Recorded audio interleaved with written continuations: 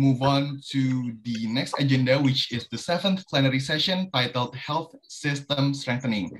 This session will be guided by our moderator. She earned her bachelor degree from the Faculty of Economics and Business, University of Indonesia, her master's degree of health administration from the University of California, and the same institution for her PhD studies in health administration from the University of California.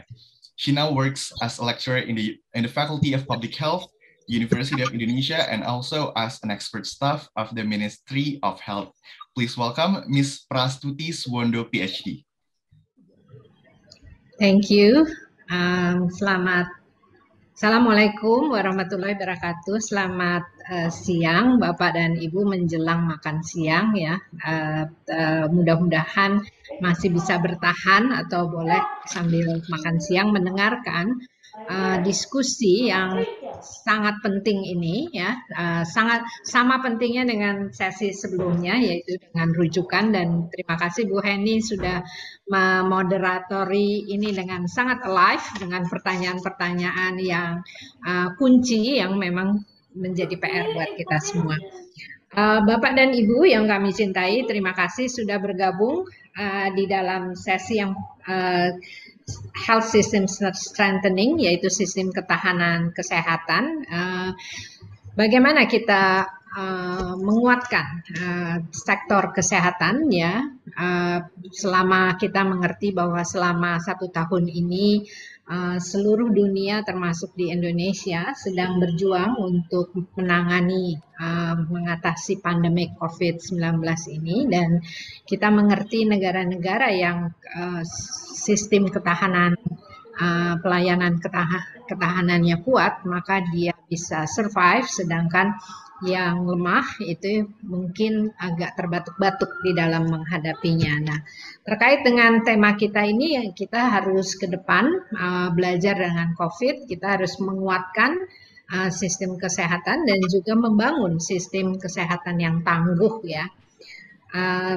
Bagaimana respon kita selama COVID ya, dan apa yang kita bisa pelajari untuk kita bisa menguatkan kalau saja, mudah-mudahan jangan, tapi kalau saja ada pandemik berikutnya, ada serangan-serangan penyakit lainnya yang akan hadir ke depan. Mudah-mudahan insya Allah jangan. Nah, maka telah hadir di antara kita ya, di sini ada 3 penyaji yang tidak asing lagi ya, yaitu yang pertama saya perkenalkan, mungkin Prof. Askobat sudah tidak usah diperkenalkan lagi ya, semuanya sudah mengetahui, dan beliau ini akan menyampaikan Health System Strengthening in Optimizing the Control of Pandemic. Sedikit latar belakang beliau adalah beliau sekarang ini masih mengajar, staf pengajar di FKM UI ya, dan beliau konsultan di mana-mana termasuk di Bappenas dan di Kementerian Kesehatan, aktif di dalam pembiayaan kesehatan dan juga di BPJS. Sekarang beliau juga turut serta di dalam membangun renstranya BPJS. Pak Prof. Askobat akan menjadi pembicara pertama. Yang kedua adalah Prof. Laksono. Prof. Laksono akan menyampaikan ensuring adequate supply of both vaccine and drug to support access for low sector areas. Beliau adalah profesor di UGM dan sekarang ini menjadi staf khusus di Kementerian Kesehatan bersama-sama dengan saya. Kemudian yang pembicara terakhir adalah last but not least adalah Dr. Denny. Beliau akan menyampaikan tentang strengthening primary healthcare resilient to face pandemic ya. Dr. Denny ini adalah staf pengajar dari Universitas Padjadjaran. Demikian Bapak dan Ibu, sebelum kita serahkan minta pada Prof. Askobat untuk menyampaikan materinya, saya hanya sedikit saja menyampaikan bahwa saat ini Kementerian Kesehatan telah berkomitmen untuk melakukan transformasi ya sistem kesehatan. Ada 6 kategori utama yang dalam strategi ke depan yang akan dilakukan, dan sekarang masih ada di dalam proses rancangan dan perencanaan. Yang pertama adalah transformasi layanan primer, yang kedua adalah transformasi layanan rujukan yang tadi sudah dibahas banyak ya. Yang ketiga adalah hal yang kita akan diskusikan sekarang adalah transformasi sistem ketahanan kesehatan, atau kita juga mau bilang penguatan sistem kesehatan. Yang keempat adalah sistem transformasi dari sistem pembiayaan kesehatan.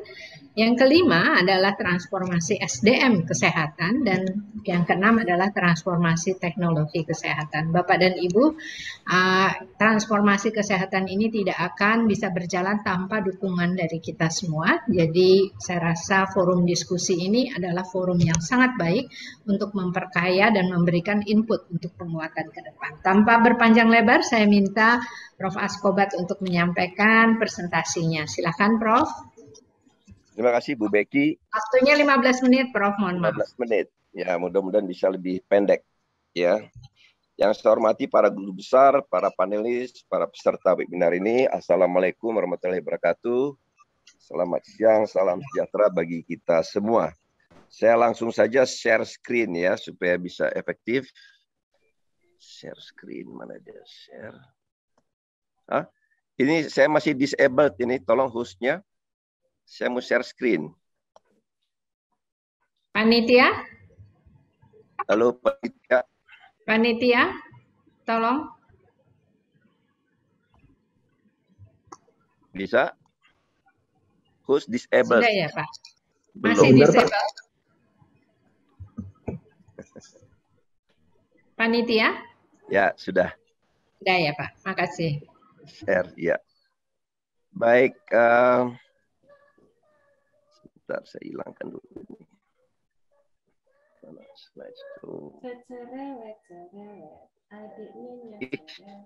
Boleh di slideshow, Pak? Hilang. Ya, sudah. Slideshow, sebentar saya pindahkan dulu slideshow. Oke, sudah ya? Ya, baik. Baik. Ini judul dari panitia, saudara-saudara, Health System Strengthening ya. Bukan health system resilient, bukan ketangguhan, tetapi penguatan sistem kesehatan kedua, karena kedua istilah itu berbeda artinya. Cepat-cepat saja, saya kira kita sudah dengar berita yang menggembirakan ya, terjadi sharp increase yang kita seperti tsunami pada bulan Juli yang lalu, kemudian drop cepat sekali 1 September dari 15 ke 8.000 daily case. Tanggal 19 September jadi 18 hari turun ke 2.000, cuman kemarin naik lagi ya 3,2. Nah, why this happen? Macam-macam teori yang belum kita buktikan secara saintifik. Ya, satu mungkin disiplin masyarakat, melaksanakan 5M membaik, vaksinasi kita mendekati herd immunity, barangkali juga terjadi kekebalan alamiah. Itu menggembirakan. Tetapi kalau kita lihat positivity rate ya, pada bulan yang sama masih tinggi ya, kira-kira 5 kali daripada batas WHO yang mengatakan paling tinggi 5%. Tapi syukur sekali bahwa saya dengar ini angkanya tidak ada. 11 September kemarin sudah turun dari 5. Jadi menggembirakan secara nasional. Namun secara nasional kita ketahui beberapa daerah luar Jawa, Bali itu tinggi seperti Aceh, Kupang, Nunukan, Kalimantan itu ada berapa 12-13 kabupaten yang masih sangat tinggi. Yang antara lain barangkali disebabkan karena lemahnya sistem kesehatan.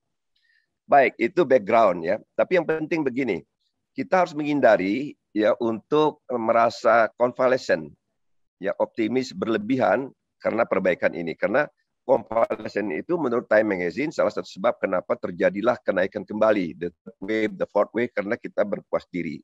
Oleh karena itu kita tetap harus siaga. Salah satu hal yang perlu kita jaga adalah agar sistem kesehatan kita siap menghadapi COVID ini. Nah, ini saya kira standar kalau kita kuliah tentang outbreak, kuliah epidemiologi, berbagai sekolah public health, ya memang langkahnya itu standar ya prevent, detect, respond. Kita tahu itu, sudah kita bahas berkali-kali dalam COVID ini. Kemudian detect, respond itu kita uraikan menjadi 3T, testing, tracing, treatment. Nah, prevent kita melaksanakan 5M, kita lakukan social distancing, PPKM, kemudian PSBB, ya kan PPKM darurat, level 1, 2, 3, 4 sudah kita lakukan. Ya, kemudian vaksinasi kita kebut sekarang ini sudah mungkin di atas 120 juta, ya dari target 220 juta, memang masih banyak, tetapi kita progres cukup baik. Healthy lifestyle kita kampanyekan germas, kemudian kalau ada dari luar kita coba karantin. Ini prevent, standar itu dalam buku-buku, ya kan? Nah, tetapi untuk itu harus didukung dengan regulasi dan enforcement dari regulasi itu. Barangkali di situ kita agak lemah. Kemudian dilakukan risk communication ya, yang baik, melawan hoax misalnya, itu juga tidak begitu sempurna menurut saya. Kemudian mengadopt preventif ini ke dalam local culture, local value. Itu prevent. Nah, bagaimana sistem kesehatan kita bisa melakukan itu? Kan gitu pertanyaannya ini. Kemudian untuk detect respon, itu ada testing. WHO mengatakan 1 per 1000 penduduk, jadi kita mestinya per minggu itu harus kira-kira 270.000 per penduduk. Nah, kapasitas kita nanti sampaikan sudah sanggup untuk mencapai target itu. Hanya distribusinya yang barangkali perlu kita meratakan, ya bagus di Jawa Bali, tetapi di luar Jawa Bali barangkali masih kurang kemampuan kita untuk melakukan testing. Ya, kemudian kita mencoba menurunkan positivity rate. Nah, untuk tracing kita tidak begitu baik dibandingkan dengan Vietnam karena memang sangat susah ya. Kita pulau-pulau, orang bepergian naik kapal, naik pesawat dan sebagainya, sehingga susah sekali mengikuti orang-orang yang positif gitu. Treatment selama ini memang kita pada secondary care, pada rujukan. Dan nanti saya sampaikan betapa pentingnya penguatan sistem primary health care. Itu standar. Nah, bagaimana penguatan sistem kesehatan untuk mampu melakukan standar ini? Di dalam SKN kita, itu ada 7 fungsi.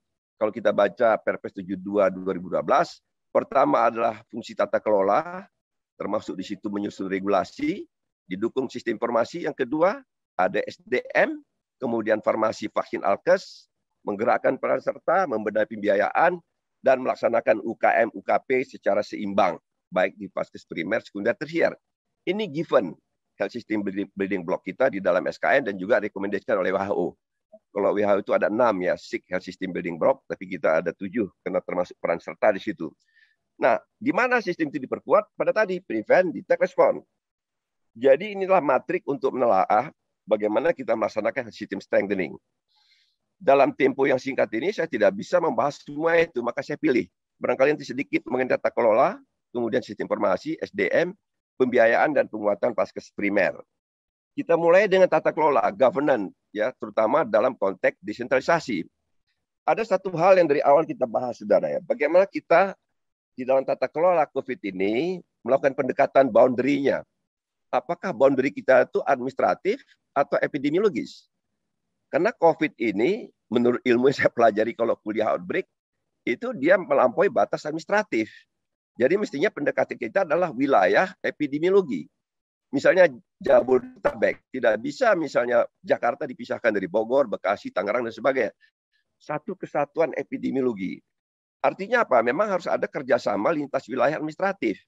Ini kadang-kadang tidak mudah. Ya, Bogor lain, Bekasi lain, DKI lain, Jakarta lain. Padahal ya kira-kira 3 juta orang luar Jakarta itu datang ke Jakarta tiap hari untuk bekerja.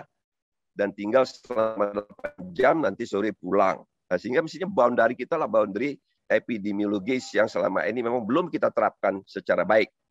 Yang kedua, karena kita adalah desentralisasi, maka harus ada kesatuan komando, unity of command. Syukur sekali setelah tahun 2021 ini terasa sekali. Jadi kebijakan presiden turun ke gubernur, ke kabupaten, sampai kepada camat, sampai kepada desa. Misalnya untuk PPKM darurat tersebut, kita sudah mencoba menggerakkan semua garis vertikal dari sistem pemerintah. Nah, harus kita pertahankan, kan juga harus kita perkuat. Nah, yang penting sekali dan kadang-kadang memang belum sinkron adalah engagement of sektor lain. COVID ini, saudara, itu menyangkut imigrasi, membendung orang luar masuk ke Indonesia, transportasi, ya mengurangi bepergian, Port Health Authority, ya seperti di pelabuhan udara, laut, dan sebagainya. Jangan lupa peternakan, karena penyakit ini kan zoonotik, seperti halnya dengan flu burung, antrak, dan sebagainya. Dan juga harus bekerja sama dengan economic development yang berkepentingan untuk tidak membatasi kegiatan ekonomi. Tetapi untuk COVID ini harus kita batasi. Jadi bagaimana dampaknya kepada ekonomi sektor, terutama untuk mengadakan bansos. Kepminfo misalnya, kita menggunakan datanya untuk memotret densitas kerumunan orang. Tentu saja dengan Kementerian Kesehatan, Keuangan, dan Kemendagri. Jadi ini yang kita coba di dalam Satgas, saudara, juga melibatkan sektor-sektor lain. Ini yang penting sekali dalam kita menghadapi pandemi model COVID ini. Yang kedua adalah informasi sistem. Ya, karena COVID ini menular dengan cepat, decision harus diambil hari ini, jam ini, maka harus kita memiliki yang disebut real-time data. Ini tidak mudah, karena saya mengamati, misalnya katakanlah kami di Satgas itu ya, saya kebetulan anggota Satgas 2, itu ada lag time, data yang kita terima hari ini sebetulnya 10 hari yang lalu telat, begitu ya.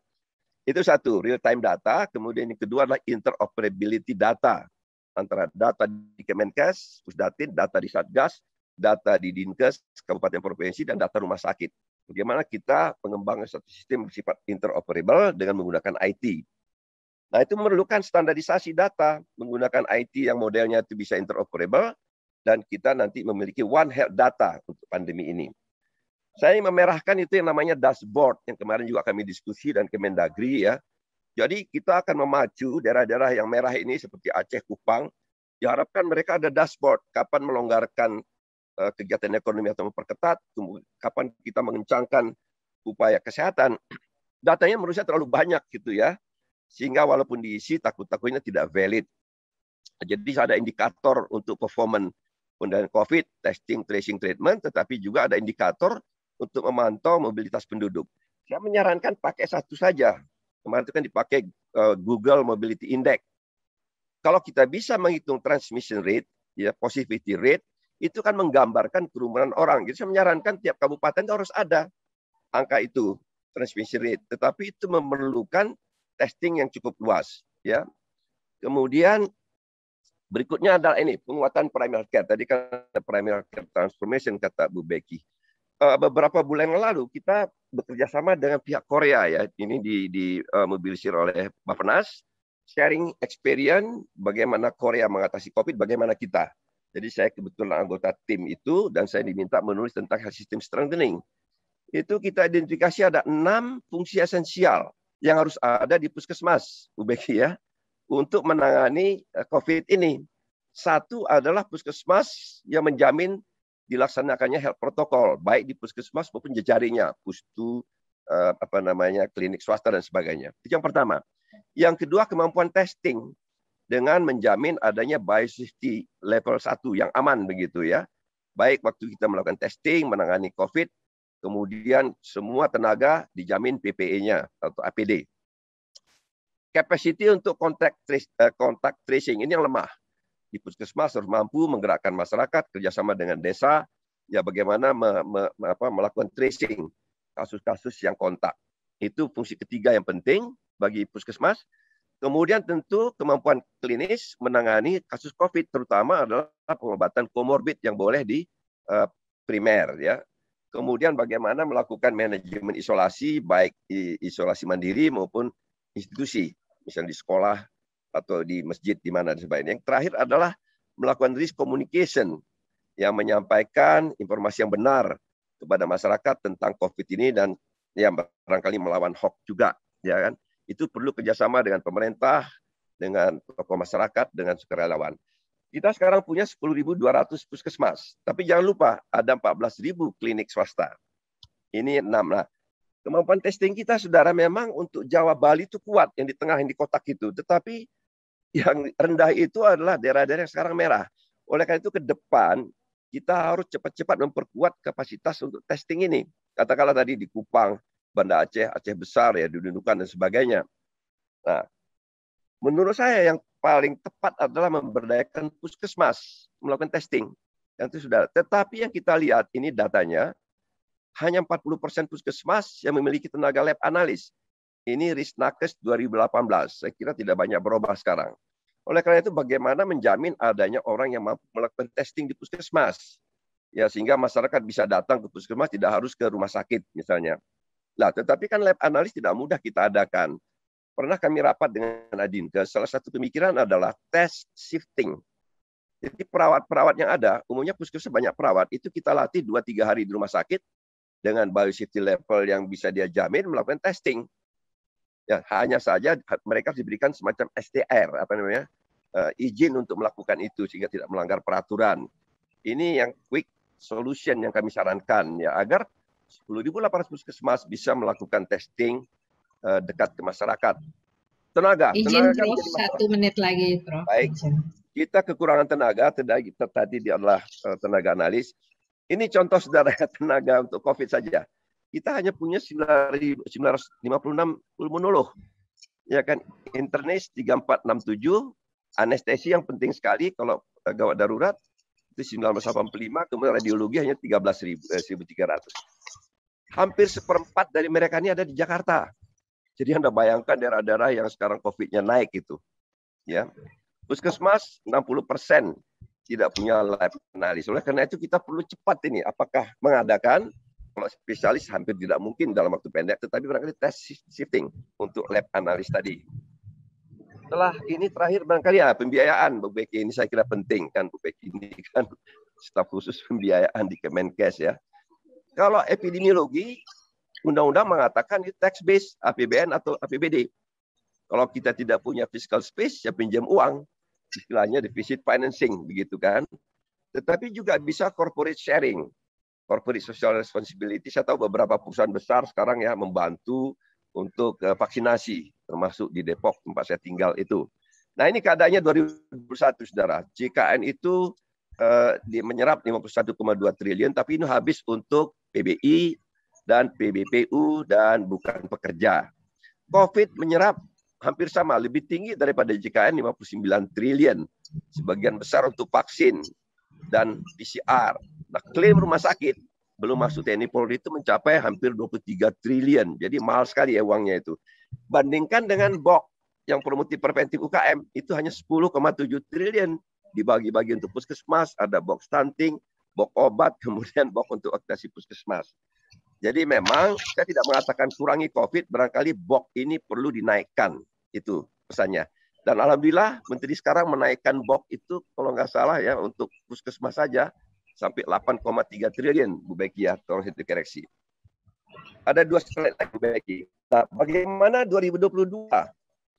Saya senang sekali melihat ini. Alokasi untuk ke-1 255 triliun itu 9,4% dari APBN, jauh di atas rekomendasi Undang-Undang 3,5%. Jadi alhamdulillah begitu ya. Kita sudah ada komitmen besar untuk bisa. Tetapi dari jumlah itu 45% untuk COVID ini tahun depan. Sedangkan BOK itu 10,4, puskesmas kira-kira tadi 8,2. Sorry, ini triliun bukan miliar, salah ketik saya itu ya. Dan kalau saya katakan uang kita untuk COVID tahun depan cukup. Kenapa lagi kalau menurun ya. Tetapi untuk bansos saya nggak tahu. Karena itu urusannya di sektor ekonomi. Jam persal kita alokasikan terdapat 1 triliun yang nanti akan dikelola oleh BPJS. Selebihnya untuk PBI. Jadi financial money wise saya kira untuk tahun depan ya pemerintah sudah mengalokasikan barangkali lebih dari cukup untuk COVID ini. Termasuk belanja vaksin. Ya. Ini terakhir slide saya adalah begini saudara. Pengalaman COVID kemarin pemerintah meminta BPJS untuk berfungsi sebagai TPA minus, tidak TPA full. Artinya apa? Dana untuk klaim rumah sakit itu dikelola oleh BPJS untuk melakukan verifikasi. Tapi rumah sakit mengklaimnya itu ke Kemenkes. Ini TPA parsial menurut saya. Nah, ke depan kita harapkan ya BPJS itu bisa berfungsi betul-betul sebagai TPA penuh. Jadi uangnya dititipkan ke BPJS. Dia melakukan verifikasi, dia melakukan pembayaran. Ya, ada wacana sekarang, saudara, nanti mungkin dana jam persal yang 1 triliun itu juga akan diberikan kepada BPJS dikelola sebagai TPA. Tetapi perlu sebuah langkah untuk melegalisir BPJS berfungsi sebagai TPA aspek legal. Karena sekarang ini BPJS tidak ada fungsi TPA. Nah itu tentu harus didukung dengan sebuah regulasi. Kemudian barangkali kalau demikian perlu unit khusus di BPJS, unit TPA dengan separate account. Ini uangnya tidak boleh digabung dengan iuran yang dikumpulkan. Baik, itu yang saya sampaikan. Tapi catatan begini, Bu Becky dan saudara kalian. Presentasi saya ini adalah presentasi parsial. Mestinya kalau kita bicara soal strengthening sistem kesehatan untuk COVID, kita juga serentak membicarakan strengthening health system untuk pencapaian SDG yang pada webinar Inah yang lalu ini kita bahas. Tetapi ini catatan saja bahwa ini sangat parsial presentasi saya ini. Baik, terima kasih Bu Becky, saudara sekalian. Wassalamualaikum warahmatullahi wabarakatuh. Waalaikumsalam. Terima kasih Prof untuk paparannya. Ada message-message yang sudah kami catat ya, message-message penting. Yang paling esensial adalah ini adalah partial strengthening. Untuk strengthening itu juga harus dipikirkan secara komprehensif, termasuk strengthening untuk capaian SDGs ya. Demikian Prof, terima kasih banyak. Mari kita lanjut ya, lanjut ke Prof Laksono. Prof Laksono akan menyampaikan materinya tentang memastikan apakah ada supply side yang cukup untuk baik itu untuk vaksin maupun untuk obat ya, untuk mensupport akses ke low service area. Ini jadi apa namanya? Perhatiannya Pak Prof Laksono untuk equity ya, kesetaraan. Silakan Prof, 15 menit. Ya, terima kasih Bu Peggy. Biar didengar. Sudah Prof, ya. Silakan. Ya, Assalamualaikum warahmatullahi wabarakatuh. Selamat siang dan salam sejahtera untuk kita semua. Ya, saya mohon share screen ya untuk panitia.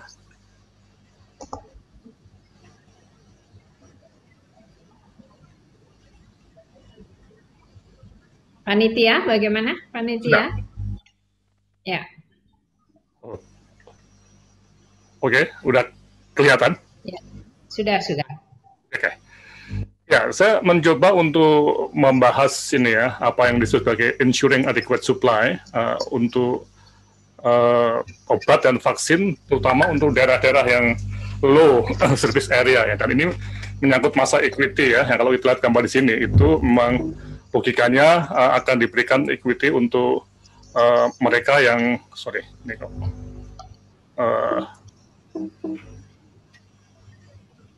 mereka yang kekurangan ya, seperti di sini ya. Ini lebih banyak ganjil gitu ya di situ ya.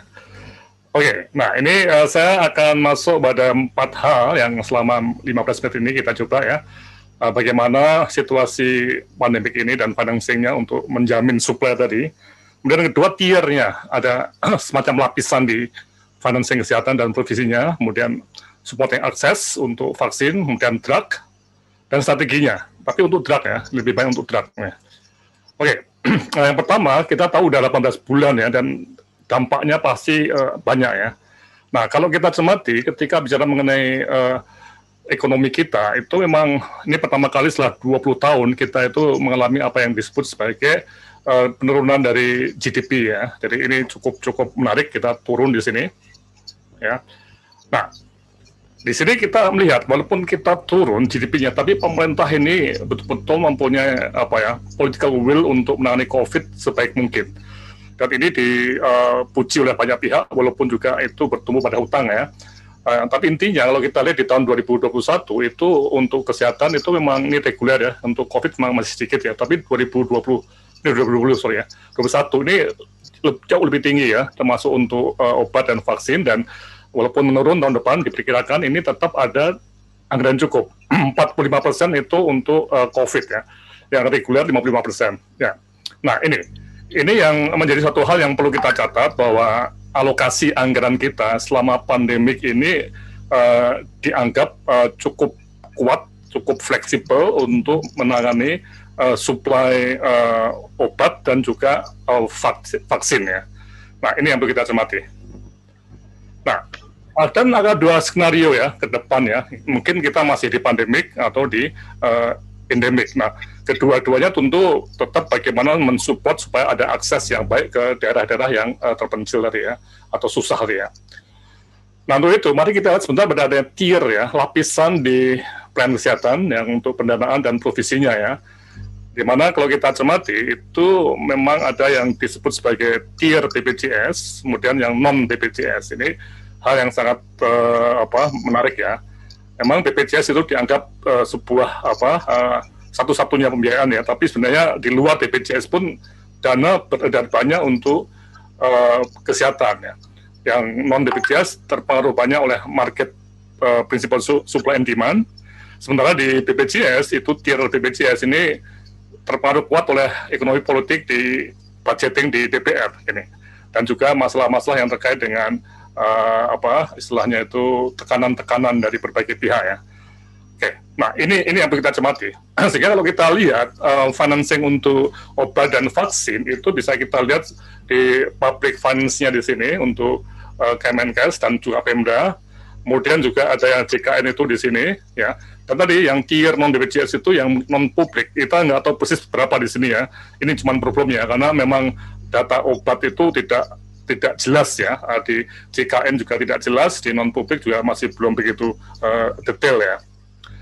Oke, nah kemudian dari situasi supply yang relatif cukup ini ya, kita akan mencoba untuk bagaimana melihat pada vaksinasi yang diberikan ke daerah-daerah yang sulit. Nah ini yang jadi satu isu kunci.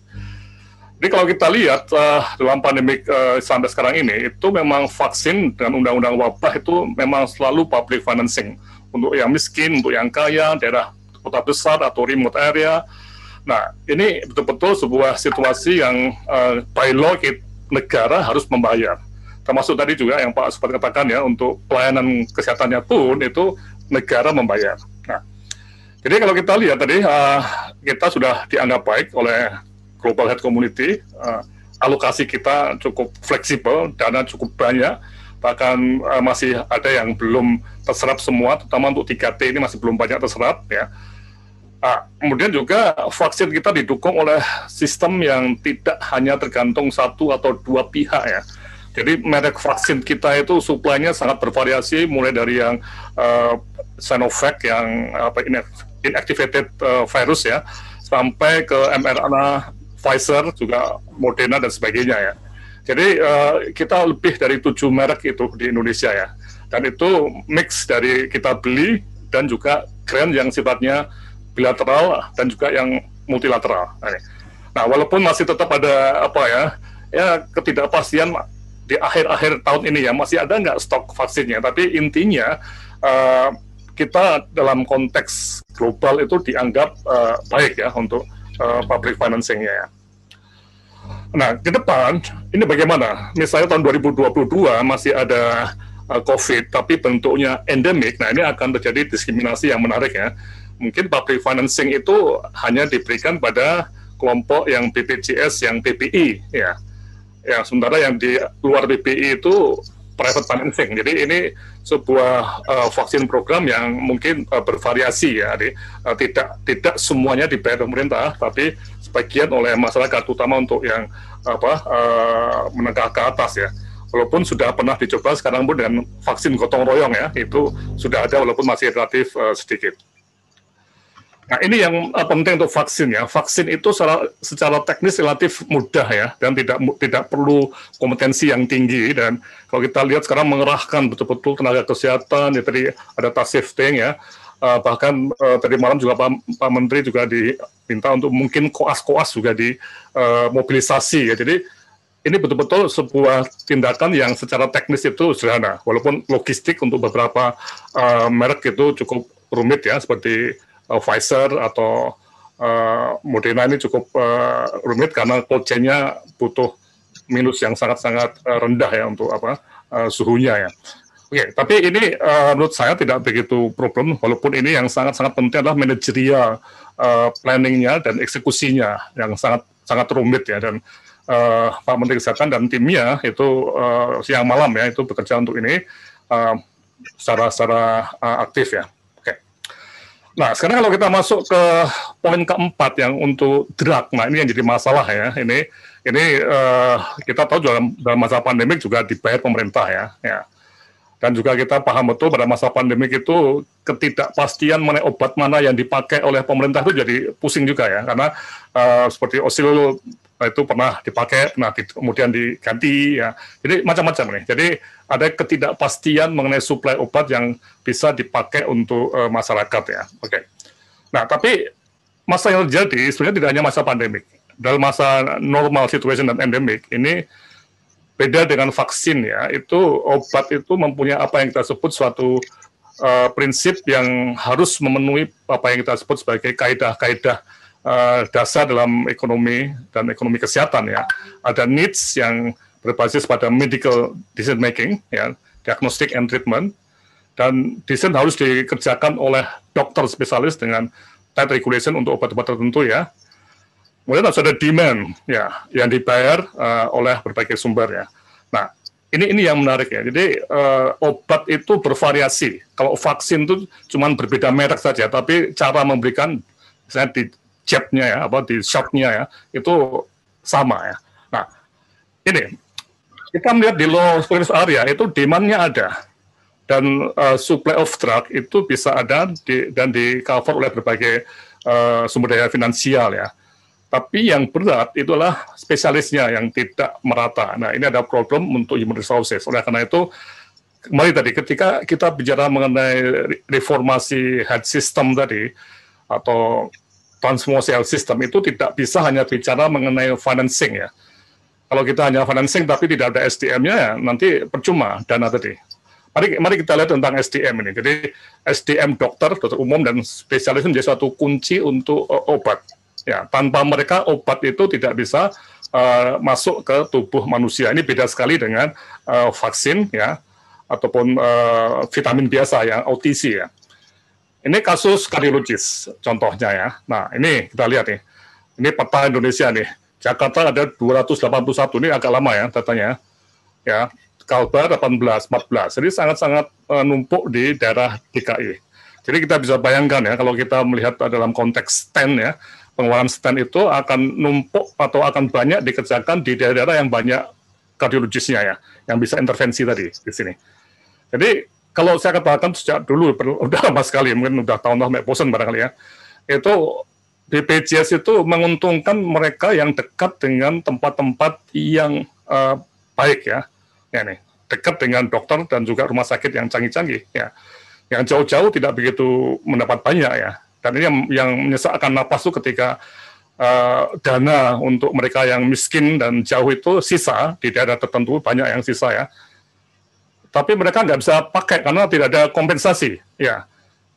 Tersedot ke daerah-daerah seperti ini. Nah ini yang menjadi isu kunci untuk masalah inequity yang sekarang juga terus kita bahas ya di Indonesia ya.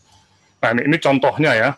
Klaim untuk kardiologi itu didominasi oleh Jawa, kemudian juga untuk kelompoknya itu bukan PBI loh. PBI itu walaupun paling banyak, ini 140 juta orang, tapi yang menggunakan paling banyak adalah PBPU yang relatif hanya 30 juta orang, dan sebagian itu 45% itu mereka menunggak. Ini jadi masalah inequity ya. Oke, jadi ini problem kita dalam masalah obat ini, data itu tidak jelas ya. Ada suatu terra incognita ya, daerah yang gelap, remang-remang atau yang susah dilihat, datanya itu tidak banyak. BPJS itu sekarang tidak punya data mengenai obat. Dulu zamannya PT Askes itu kita bisa mengetahui pemakaian obat. Sekarang kita tidak bisa. Sehingga proksi kita adalah menggunakan medical spesialis tadi atau dokter untuk melihat bagaimana perkiraan absorpsi obat ya atau penggunaan obat. Karena tidak mungkin di daerah yang tidak ada ahli jantungnya itu akan ada prescription untuk obat-obat jantung yang canggih ya misalnya, atau tidak ada ahli kanker bisa meresepkan obat-obat kanker yang canggih ya. Ini ya kita bisa mengecek semuanya ini di dashboard yang dikembangkan oleh UGM, yaitu dashboard sistem kesehatan DAS yang di www.kebijakankesehatanIndonesia.net. Oke. Jadi ini problem social justice in drugs ya. Dan ini di BPJS semakin banyak obat canggih yang masuk ke Fornas dan bisa diresepkan, itu otomatis akan membuat inequity lebih lebar ya, karena tanpa perimbangan dengan jumlah dokter yang dikirim ke luar, itu akan terjadi sesuatu yang semakin melebarkan jurang pemisah antara yang low service area ya di daerah yang rendah areanya dengan yang tinggi seperti di DKI atau Yogyakarta. Oke, terakhir strateginya apa strategi kita? Memang untuk drug ya, untuk vaksin saya tidak banyak membahas ya. Ya ini memang main strateginya tentunya tadi kita harus mengembangkan SDM rumah sakit, dan ini yang dikerjakan juga oleh Kemenkes dalam transformasi tadi. Walaupun ini yang menarik ya, ketika kita membangun rumah sakit seperti di Ambon atau di Kupang itu dari greenfield, dari lapangan yang masih hijau tadi ya, dari tanah sampai menjadi rumah sakit itu butuh 5 tahunan ya, agak jangka panjang ya ini. Nah ini yang jadi satu isu kunci ya. Jadi kita harus masuk pada apa yang kita sebut sebagai plus lainnya ya nih. Jadi kalau kita lihat seperti ini ya, jadi kalau mengembangkan ini dan budget kita ini kalau yang kita yang reguler itu tidak banyak ya. Jadi ini will take long time ya ini untuk mengembangkan seperti ini. Kita harusnya mulai 10 tahun yang lalu, tapi kita belum mulai. Amerika Serikat sebelum mengadakan asuransi nasional, mereka bikin undang-undang untuk meratakan dulu rumah sakitnya. Kita undang-undang jadi dulu, baru mau meratakan, dan itu masalah besar ya. Oke, jadi tahap yang lainnya, ya pas ya. Jadi kompensasi itu perlu kita lakukan untuk membayar ke semua yang kurang-kurang SDM ya. Kemudian task shifting ya, ini untuk daerah-daerah yang tadi kurang spesialisnya itu, bisa nggak dokter umumnya itu diberi hak untuk memberikan semacam prescription tadi ya, seperti ini diberikan semacam wewenang tentu, tapi tentunya dengan pelatihan-pelatihan ya. Ini task shifting ya. Kemudian terakhir kita juga harus melimitasi obat-obat yang yang kompleks dan mahal supaya jangan masuk BPJS ya. Mereka masuk dulu aja di tier non BPJS untuk pengembangan berikutnya. Oke, saya kira demikian Bu Becky, terima kasih sekali atas waktunya. Assalamualaikum warahmatullahi wabarakatuh. Waalaikumsalam. Mohon maaf ya waktunya juga ya, Rumai. Tapi esensinya adalah Prof. menyampaikan bahwa vaksin ada banyak tantangan tapi sudah tertangani, logistik masih challenge terutama untuk beberapa tipe, tindakan medis teknisnya sederhana dan manajernya memang agak rumit. Cuman yang menjadi permasalahan adalah social justice, inequity di obat yang menjadi itu dan memerlukan jangka waktu yang lama terutama untuk pemenuhan bangunan dan supply dari drugs, distribusi dan juga spesialisnya. Demikian kita lanjut ke Dr. Denny ya. Dr. Denny ini akan menyampaikan tentang strengthening primary healthcare ya, seperti tadi strengthening primary healthcare resilient to face pandemic. Jadi gimana apa yang harus kita kerjakan untuk memperkuat primary care agar tangguh dalam menghadapi pandemik. Silakan Pak Denny, waktunya 15 menit. Silakan. Terima kasih Prof. Becky, guru-guru saya yang saya hormati, Prof. Akbar. Unmute. Sudah terdengar, Bu? Ya, silakan. Oke. Jadi terima kasih Bu Becky, guru-guru saya yang saya hormati. Izinkan saya menyampaikan laporan dari lapangan sebetulnya ya. Apakah dengan pandemik ini puskesmas atau primary healthcare tertekan dan bagaimana respon dari primary healthcare itu serta kabupaten kota. Yang kita lihat selama ini, yang kita amati sejak awal pandemi bahwa dampak pandemi ini tidak hanya berkaitan dengan ekonomi saja, tapi juga permasalahan juga terhadap kesehatan itu sendiri, bahwa bagaimana pengendalian tuberkulosis, pengendalian penyakit tidak menular yang lain, ya. Selain juga masyarakat sendiri sulit akses kepada pelayanan kesehatan di beberapa tempat, ya. Mereka butuh dirawat, ya, tidak bisa dirawat dan seterusnya. Ini permasalahan yang ada di lapangan. Lalu bagaimana terhadap indikator-indikator yang penting? Ini saya mengikuti beberapa penelitian dari teman-teman kami, ya, bahwa ternyata yang paling tertekan juga ya untuk masalah bayi dan ibu ya. Kematian ibu ternyata di Jawa Barat ini salah satu contohnya meningkatnya di beberapa kabupaten, hampir semua. Jumlahnya bertambah gitu. Artinya ada permasalahan yang dihadapi di pelayanan. Jadi ada tekanan terhadap pelayanan. Kemudian juga untuk bayi ini hampir semuanya baik di pos neodini sampai ke balita itu memang meningkat ya. Di beberapa tempat yang kami kunjungi betul itu diakui dan memang ada kaitannya dengan sistem pelayanan mulai dari rumah tangga ke primary healthcare sampai juga ke rumah sakit. Lalu untuk program-program kita lihat bahwa berdasarkan pendapat dari teman-teman ini banyak sekali terdampak terutama untuk pemantauan pertumbuhan karena memang tidak bisa ke lapangan langsung. Contoh juga untuk ASI eksklusif ya. Ini rata-rata menurun semua program ya.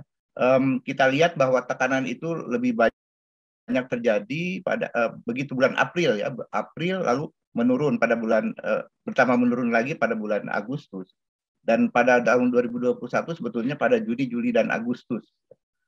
Nah, bagaimana dengan penyakit menular? Nah, ini dari tuberkulosis yang kami amati ya. Kita sudah sedikit senang ketika tahun 2019 karena memang tuberkulosis ini masalah besar untuk negara kita, sudah meningkat tahun 2019 ya. Ini per puskesmas nih. Tapi begitu 2020 kita langsung menurun kembali. Jadi memang ada tekanan juga untuk penemuan kasus tuberkulosis.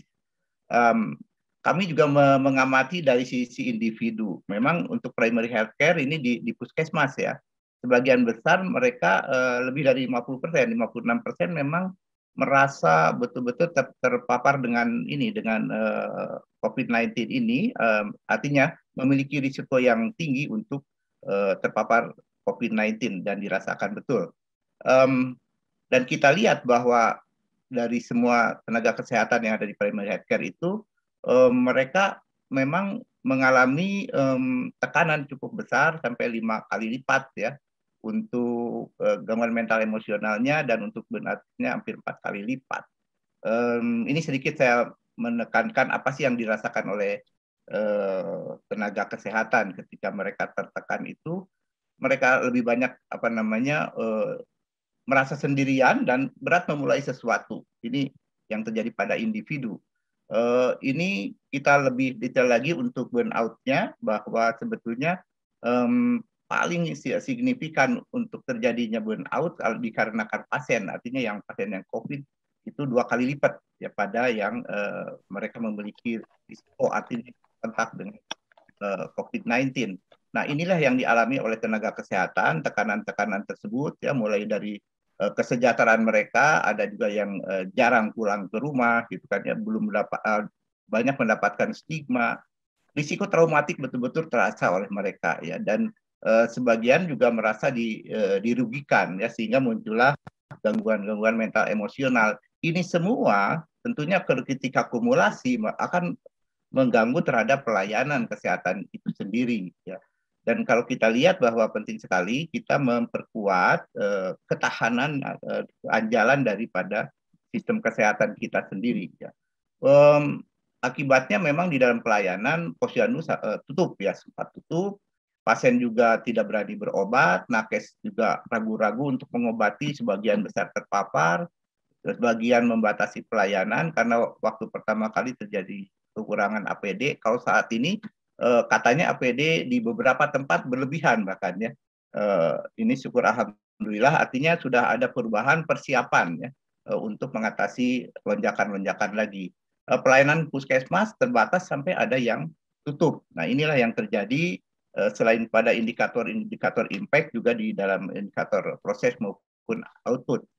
Jadi kan resiliensi ini adalah bagaimana kemampuan untuk menghadapi tekanan ini ya, dan kemudian recover. Apakah berhasil tidak ya mereka mengadjust ya fungsi-fungsi dari puskesmas itu ya. Sebetulnya yang harus dilakukan kan antisipasi ya, kemudian memonitor, merespon dan belajar. Apakah mereka seperti itu teman-teman di puskesmas di daerah ya. Kita lihat ini salah satu contoh apa yang dilakukan ketika terjadi pandemi ini dalam konteks KIA ya, banyak dilakukan telemedicine ya, kemudian juga mereka cerita-cerita dari teman-teman kader itu, kader banyak bergerak untuk penimbangan dan sebagainya dari rumah ke rumah. Nah, ini yang saya khawatirkan, kadernya apakah mereka juga pakai APD yang cukup atau tidak gitu kan ya, ataukah ini juga menjadi bagian dari penularan gitu yang terjadi gitu. Tapi banyak sekali kegiatan-kegiatan laporan dari lapangan bahwa mereka melakukan modifikasi-modifikasi bagaimana caranya untuk mengurangi kontak, tapi tetap fungsi itu bisa berjalan. Jadi kalau saya lihat di sini teman-teman di primary care, khusus yang kita amati di Kota Bandung dan di 12 kabupaten kota yang sekarang kita kerjakan sebetulnya bersama CISDI, yaitu dengan adanya PUSPA. PUSPA itu adalah suatu tambahan sebetulnya, suatu intervensi untuk resiliensi dari primary healthcare. Jadi di program Puspa itu ditambahkan 3 tenaga dan programnya bagaimana untuk meningkatkan 3T dan 3M. Dan sebagian besar dari yang sudah kami ini sedang berproses penelitiannya, bagian besar yang dari puskesmas yang kami kunjungi mengatakan bahwa memang mereka sangat tertolong sekali dengan adanya bantuan tenaga dan juga program dari Puspa ini. Di Jawa Barat itu salah satu model bagaimana meningkatkan resiliensi. Nah, Ibu Bapak sekalian, bahwa resiliensi ini ya memang harus dimulai dari pemerintah juga, ya, kemudian dari masyarakat dan juga dari sistem kesehatan. Nah, ini saya kira setiap kabupaten kota sekarang sudah mulai berpikir bagaimana meningkatkan ketahanan ini, ya. Karena memang dibutuhkan sebagai proteksi untuk kesehatan masyarakat, ini jelas-jelas promotif preventif, ya. Nah, kemudian dipikirkan juga supaya aksesnya kepada pelayanan kesehatan dasar ini bisa terus berjalan dan tapi aman untuk pasien, untuk pelanggannya, untuk masyarakat dan juga untuk petugas, ya. Lalu berikutnya adalah sistem rujukan yang efektif seperti apa. Nah, ini mungkin yang agak kurang sedang dipikirkan bersama teman-teman di daerah ini, bagaimana sistem rujukan yang bisa aman dan efektif. Dan kita memang mesti memiliki kapasitas untuk merespon ancaman.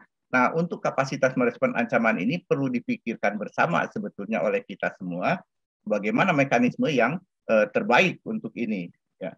Jadi dari semua komponen-komponen sistem kesehatan, diantaranya adalah yang dilakukan sekarang misalnya di Kota Bandung, mereka sedang menyusun perda untuk setiap yang mereka kerjakan itu bisa sustain. Jadi suatu mekanisme keandalan yang dikerjakan supaya bisa sustain. Ini sedang berproses juga. Artinya kabupaten kota sekarang sedang belajar juga, gitu kan, ya. Jadi itu seperti tadi mekanisme daripada resiliensi. Nah, Ibu Bapak sekalian, memang betul kita harus kembali menyusun, dan itu harus sesuai dengan keadaan dari kabupaten kota masing-masing. Apa saja yang dilakukan pada setiap komponen dari sistem kesehatan ini di daerah. Ya, Pak Denny, waktunya sudah habis. Itu ada kling-kling 2 kali. Mohon. Ya, Pak, kesimpulan. Silakan. Membuat tekanan yang berdampak pada derajat kesehatan tadi, ya, dan juga sistem pelayanan kesehatan primer. Nah, tekanan ini bervariasi. Ada yang merasa tidak, ini kita bisa atasi, kan, ya. Tapi ada yang memang betul-betul sampai lumpuh, ya, puskesmasnya ditutup. Mereka masing merespon berbeda terhadap ini. Mereka saya yakin sudah belajar dan berusaha membangun resiliensi. Saya kira itu. Terima kasih. Makasih Dr. Denny.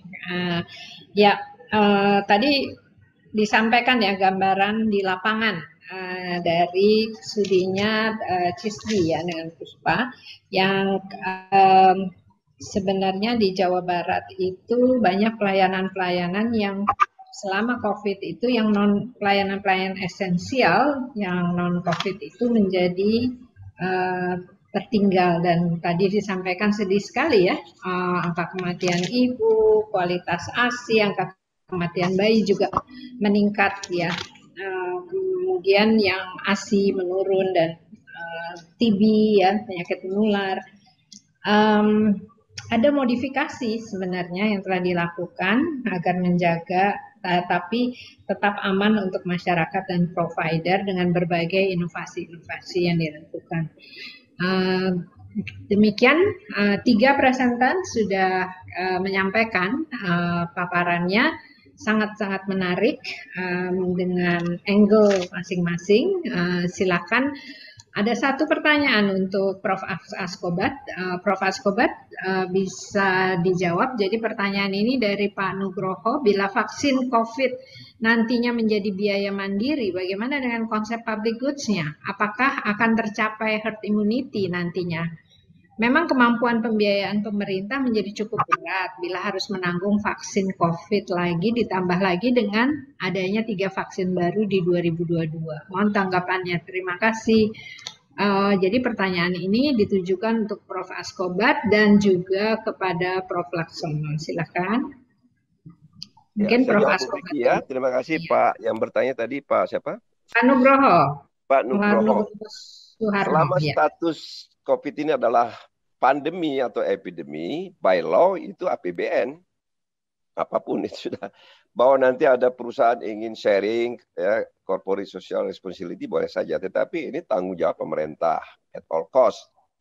Tetapi kalau nanti mungkin sudah jadi endemi, ya baru kita berpikir lain. Dan kita harapkan dengan pemerintah ini kita mencapai herd immunity. Tapi kalau menurut saya, ya sifat public good dari COVID ini karena eksternalitas negatifnya sangat-sangat besar. Berdampak kepada manusia, kepada ekonomi, saya kira tetap ini menjadi tanggung jawab pemerintah. Ya, jangan kita ambil risiko nanti dilepaskan kepada vaksin berbayar, terjadi nanti masyarakat vulnerable belum divaksin. Dia menjadi focal point, menularkan ke masyarakat lain. Jadi sifat public good-nya sangat besar, oleh karena itu dalam jangka panjang saya kira semacam COVID ini tetap dibiayai oleh pajak at all cost. Demikian. Ya, Prof. Laksono ada pertanyaan. Jadi Pak Askobat menyampaikan faktor eksternalitas ya. Jadi kalau itu tetap di ini, Prof. Laksono tadi menyampaikan sedikit tentang pembiayaan. Pertanyaannya kalau ada 3 vaksin baru di 2022, lalu emangnya pemerintah cukup nih pembiayaannya? Silakan, Prof. Ya, jadi sama dengan Pak Askobat ya, kalau masa pandemik itu oleh undang-undang itu yang bayar harus pemerintah ya, kecuali yang mau tadi seperti gotong royong itu cuma sedikit ya. Namun ketika nanti kita masuk ke fase endemik ya, di mana COVID itu ya sama dengan influenza. Nah, kita sudah punya pengalaman ya, yang namanya vaksin itu ada vaksin program dan ada vaksin non-program ya. Vaksin program seperti BCG dan sebagainya itu memang didanai oleh pemerintah. Ya. Tapi kita juga tahu ada vaksin yang non-program ya, yang didanai oleh masyarakat tertentu, misalnya vaksin influenza ya. Nah, ini menarik ya. Jadi vaksin COVID itu mungkin ke sana. Nah, cuman untuk booster misalnya ada booster ya tahun depan ya. Sekarang belum boleh ada booster ya, kecuali untuk nakes ya. Itu ada kemungkinan ya, ini masih kemungkinan ya. Booster itu bisa saja yang untuk tadi PBI ya, yang mereka tidak mampu dan miskin ya, itu dibayar pemerintah, entah APBD atau APBD ya. Sementara yang mampu itu bayar sendiri. Nah, tentunya dalam konteks booster tadi itu akan banyak vaksin yang bisa dipakai ya, termasuk mungkin harapannya vaksin merah putih itu ya. Vaksin merah putih ya, atau vaksin lainnya. Dan sekarang kita tahu bahwa booster itu bisa misalnya yang 1 dan 2 dosis Sinovac, yang ketika pakai Moderna itu tidak apa, heterolog gitu ya. Nah itu Pak Januar ya, yang banyak sama Bu. Ya, jadi seperti itu kira-kira ya jawaban saya. Jadi tahun depan itu kita harapannya endemik. Nah ini bagaimana penanganan vaksin COVID-19 ini yang jadi menarik untuk kita lihat. Terima kasih. Ya, saya dapat note ya dari, kita masih ada waktu 15 menit.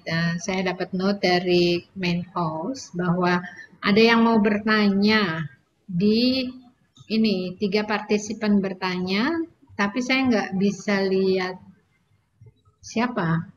Oh, saya mesti nanya, lihat ini. Boleh yang ada 3 orang yang sudah meraise. Oh, oke. Susan Sitompul, silakan Susan.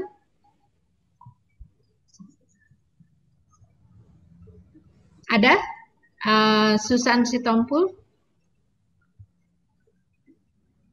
Oke. Kalau belum ada, yang raise hand kedua adalah Pak Hasbullah Tabrani. Silakan Pak. Tolong di unmute dulu ya. Loh, aku raise hand ya? Waduh, salah pencet kayaknya. Oh, salah pencet ya sudah. Ya, tapi oke. Kayaknya agak salah kayaknya. Oke. Ya, jadi, saya pikir jadi ngomong komen aja lah sedikit. Oke. 1 menit, 1 menit. Ya, Ya. 1 menit. Persoalan COVID ini nanti diteruskan atau tidak diteruskan, prinsip dasarnya kan eksternalitas. Itu aja. Kalau eksternalitas tinggi dan resikonya tinggi, banyak kematian, ya government harus take over. Kalau rendah ya nggak apa-apa, nggak usah. Ya, resiko itu Ya, aja. Perlu analisis. Thank you. Ya. Saya rasa sama ya Prof ya. Tadi sudah disampaikan demikian. Bu Emma silakan. Ibu Emma, apa salah pencet juga atau bagaimana? Bu Emma. Connection-nya kadang-kadang. Iya. Bu Emma, Susan Sitompul. Oh, Bu Emma silakan Bu Emma. Bu Emma. Maaf Bu, salah pencet tadi Bu. Oh, salah pencet juga. Oke, Susan Sitompul juga kelihatannya salah pencet ya. Jadi demikian saya rasa apa mungkin ada apa ya? Ada komentar lain dari oh nih ada pertanyaan dari Kasman Makassau. Sorry if I misspell it ya. Silakan. Kasman? Salah pencet juga. Salah pencet juga? Bu, kedengaran? Ya, kedengaran. Iya, kedengaran. Silakan. Oke, terima kasih Prof. Askobat dan Prof. Laksono. Dari mana ya Pak? Dari mana? Saya Kasman dari Dinas Kesehatan Kota Parepare. Ingin bertanya sedikit tentang tadi Prof. sudah menjelaskan Prof. Askobat bahwa di masa pandemi ini menuju endemi, mungkin kayak Prof ya, pemerintah sudah meningkatkan dana-dana preventif, misalnya saja BOK. Cuma begini Prof, dana BOK ini biasanya itu keluarnya nanti pada triwulan 2, yang kedua belum dibelanjakan sudah berubah jenisnya. Mungkin itu Prof yang perlu diperhatikan oleh pemerintah, terutama Kementerian Kesehatan, agar betul-betul sebelum mengeluarkan kebijakan apalagi dana, betul-betul dulu dipikirkan untuk apa sih pembelanjaan itu. Kayak tahun ini Prof, untuk BOK itu masuk dia di dana anggaran perubahan, karena itu juknisnya keluar mungkin 4 Oktober, waktu kita menyusun pertama itu belum keluar juknis, kemudian ada revisi sampai 2 kali, jadi mungkin seperti itu Prof. Jadi uang-uang yang ada di BOK itu saya pikir ya tidak efektif lagi. Teman-teman ya asal bikin SPJ-nya Prof, mau maaf tanda kutip, artinya mungkin berbeda dia buat, berbeda dia SPJ kan, karena itu tadi tidak mungkin kegiatan yang lalu itu kita kerjakan sekarang, artinya dia cocok logikan aja dengan kegiatan yang telah mereka laksanakan dengan jenis yang baru. Mungkin itu Prof. Ya, terima kasih Pak Kasman. Ya, makasih banyak. Terima kasih Prof. Assalamualaikum. Waalaikumsalam. Terima kasih Pak Kasman untuk apa yang ada terjadi di daerah ya, itu namanya cocokologi ya Pak. Ya, silakan Prof. Askobat. Terima kasih Bu Becky. Pak Kasman, terima kasih banyak, besar betul ini, karena concern Pak Kasman tadi menjadi concern kita semua, dan ini sudah dibahas berkali-kali. Bu Becky juga langsung dengan Pak Menteri, dengan Biro Perencanaan, dengan Keuangan, bahkan dengan Kemendagri. BOK itu kita mulai 2010 ya, zaman Bu Endang menjadi Menteri, itu langsung dari Menteri ke Puskesmas Pak Kasman. BOK, ya langsung ke Puskesmas. Pada 2016, functionally-nya dialihkan melalui DAK. Kita sebut DAK non-fisik. Nah, kalau BOK tadi itu uang menteri ke Puskesmas. Tapi kalau DAK non-fisik, itu uang bupati kepala daerah. Karena DAK itu bagian APBD. Ya, kalau di APBD, maka DPRD punya hak budget. Tidak mudah begitu aja direalisasi. Karena itu banyak di daerah-daerah itu realisasi terlambat. Ya, apalagi kalau antara bupati dengan DPRD tidak ada kesesuaian. Jadi salah satu masalah BOK itu kan telat keluar. Pasti Pak Kasman tahu tuh di Pari-Pari. Yang kedua peruntukan. Jadi sejak 2016, ini maaf saja ya, kita di pusat ngatur macam-macam. Ada namanya BOK stunting, BOK akreditasi, BOK ambil obat. Sekarang ada BOK provinsi, BOK yang puskesmas tapi ke provinsi. Ada BOK kabupaten. Nah ini kita kemarin beberapa kali mendiskusikan langsung dengan Pak Menteri itu sampai larut malam ya.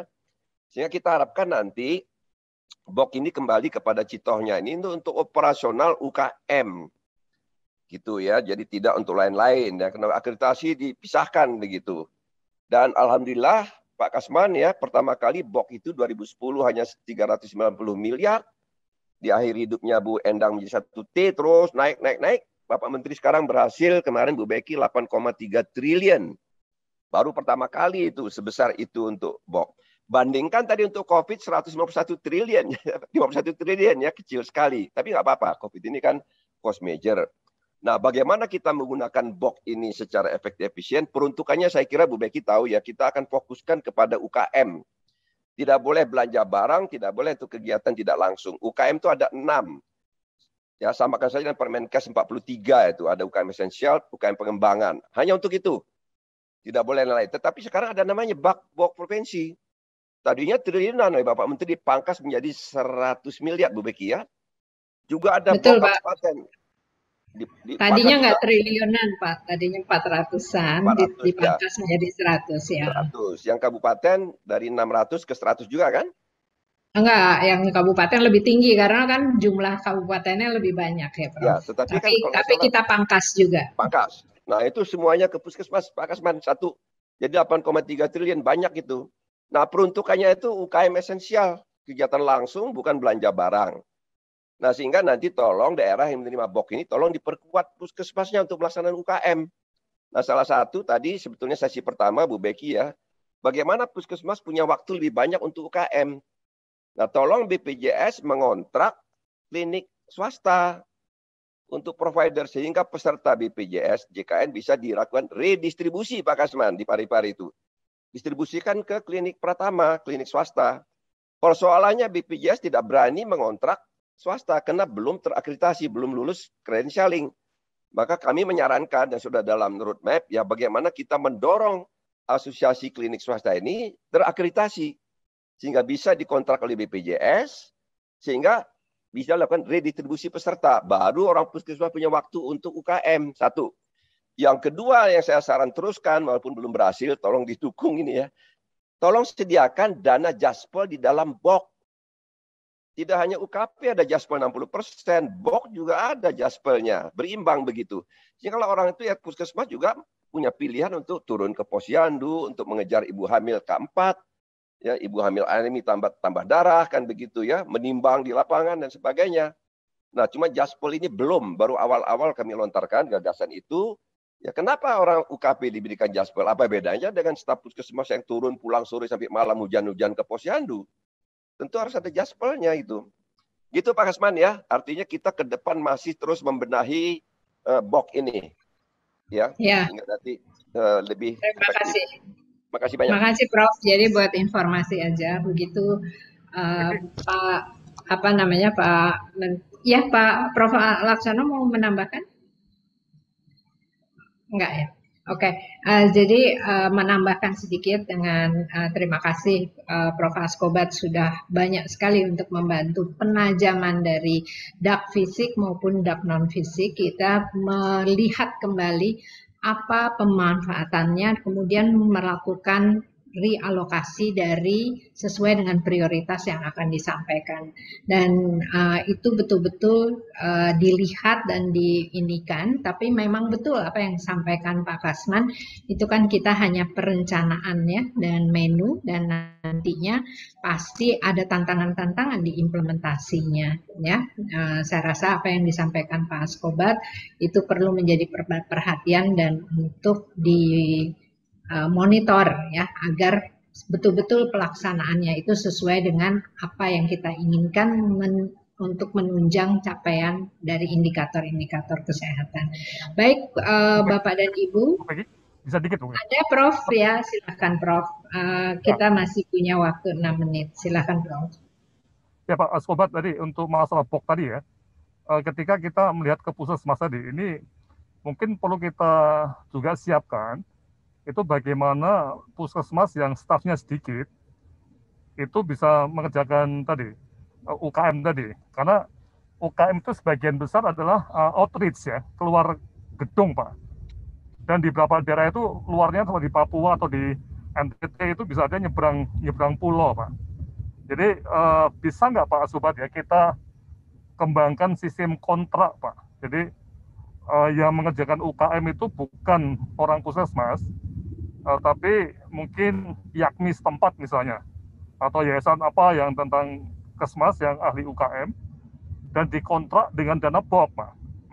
Karena saya agak khawatir di beberapa daerah itu jumlah staf puskesmas itu nggak cukup, Pak. Jadi ada dana banyak tidak jalan. Nah, mohon ini kita coba bahas, mungkin teman-teman dari Inahya bisa membuat semacam diskusi khusus mengenai kontrak. Sudah Pak Laksono, kalau boleh respon 1 menit Bu Becky ya. Silakan. Kita pelajari mendalam dengan Bappenas ini Pak Laksono ya. Kita ke Ambon, ke Toba Samosir keliling. Ada 2 itu. Untuk daerah-daerah yang terpencil, kita kadang-kadang sulit juga mencari siapa yang mau dikontrak. Karena ini menyangkut soal SDR gitu ya. Itu kalau tidak ada, saran kami adalah langsung dari pusat melalui tim base. Terima kasih.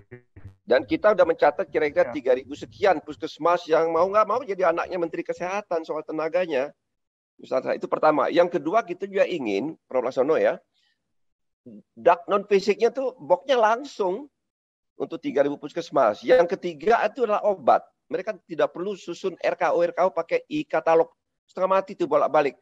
Langsung ya obat program seperti obat TBC, filaria, HIV, dan sebagainya, malaria kan. Jadi ini afirmatif policy untuk sekitar 3.000 lebih puskesmas di daerah yang kinerjanya rendah. Jadi kita bisa mendongkrak yang outlier itu. Itu polisinya. Tapi kalau di daerah itu ada tenaga bisa dikontrak, ya kenapa tidak begitu. Tapi kadang-kadang tenaga juga nggak ada, sehingga dari pusat kirim. Seperti pendekatan tim base atau Nusantara Sehat.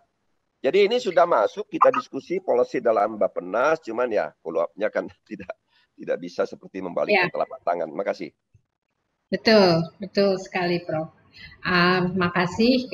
Saya rasa memang masalah BOK ini adalah masalah yang planningnya sudah betulin gitu ya, penajaman dari perencanaannya, tetapi tantangan implementasi seperti yang diangkat oleh Pak Kasman ini menjadi perhatian ya buat kita semua, dan strateginya seperti yang disampaikan Prof. Askobat, harusnya ini tidak one size fit all ya, jadi mestinya harus ada treatment khusus untuk daerah-daerah yang sulit dalam menyampaikan untuk melakukan outreach tadi. Demikian Bapak dan Ibu, saya rasa diskusinya sangat menarik ya. Pak Denny, mungkin Pak Denny mau menyampaikan sesuatu nih karena ada penguatan puskesmas, kita masih punya waktu 2 menit. Silakan Pak Denny dengan SISD-nya, mungkin ada inovasi-inovasi yang mau dilakukan terkait dengan penjangkauan ya, efektivitas. Silakan Pak Denny. Ini terkait dengan Pak Kasman tadi, betul. Jadi di laporan kami juga banyak puskesmas yang menyampaikan seperti itu. Jadi buat apa ini dana turun bulan Agustus? Kami sudah kelewatan, akhirnya nantinya jadi silpa lagi. Kemudian berikutnya Pak Prof. Askobat dan Prof. Laksono juga Bu Becky, dana DAK ini ketika turun ke daerah ini bagaimana ya menghadapinya ya, psikologisnya. Sektor-sektor yang lain melihat bahwa kesehatan itu sudah cukup, ya, terutama untuk daerah dengan kapasitas rendah, sehingga mereka dari APBD murninya sangat kecil. Padahal kita kan ingin memperkuat ya sistem kesehatan daerah, tapi ya APBD murni yang ada akhirnya tidak dikasih karena dianggapnya nih orang kesehatan itu sudah banyak uangnya gitu dari DAK. Ini permasalahan di daerah, jadi mungkin juga perlu advokasi ke kabupaten kota bahwa tetap saja kalau mereka dari APBD murninya tidak ada alokasi, ya bagaimana bisa memperkuat sistem kesehatan di daerahnya gitu. Itu komentar saya. Terima kasih. Ya, betul. Ternyata bukan di Pare-Pare aja ya, BOK yang di Jawa Barat aja juga punya permasalahan ya di dalam merealisasikan. Saya rasa itu tantangan kita semuanya, dan Bapak dan Ibu mengenai masalah dak fisik karena jumlahnya yang dak fisik itu 15 triliun, yang dak non fisik itu adalah 10,8 triliun ya. Itu adalah masalah tantangan yang kita juga harus monitor bersama untuk implementasinya, karena realisasinya itu tidak melebihi di beberapa tempat itu cukup rendah. Demikian Bapak dan Ibu, waktunya sudah habis. Jam 13 adalah akhir dari sesi ini, dan saya tidak ingin memakan waktu untuk sesi yang lain karena terlambat. Terima kasih banyak untuk para narasumber kita pada hari ini yang luar biasa, Prof. Escobar, Prof. Laksono, dan juga Dr. Denny ya untuk materinya. Dan terima kasih Bapak dan Ibu yang sudah dengan dengan disiplin dan komit untuk mendengarkan dan mengisi, memperkaya diskusi ini. Demikian, kurang lebihnya mohon maaf. Wassalamualaikum warahmatullahi wabarakatuh. Terima kasih, dan saya serahkan kembali ke Master of Ceremony. Terima kasih. Alright, thank you to Ms. Prastuti Suwondo, PhD, for serving as the moderator, and also to all of the speakers. And before we move on to the next session, let's take a picture together first, just like the other session. Therefore, we invite all of the speakers and moderator to open the camera and show your best smile. I'm going to take the lead and count backwards. Do we have everybody here? Yes. All right. I'm going to count backwards. And 3, 2, 1, smile. All right, thank you to all of the speakers and moderator.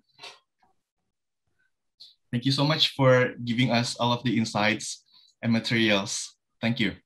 Thank you. Bye-bye. Thank you. Makasih ya. Wassalamualaikum. Waalaikumsalam.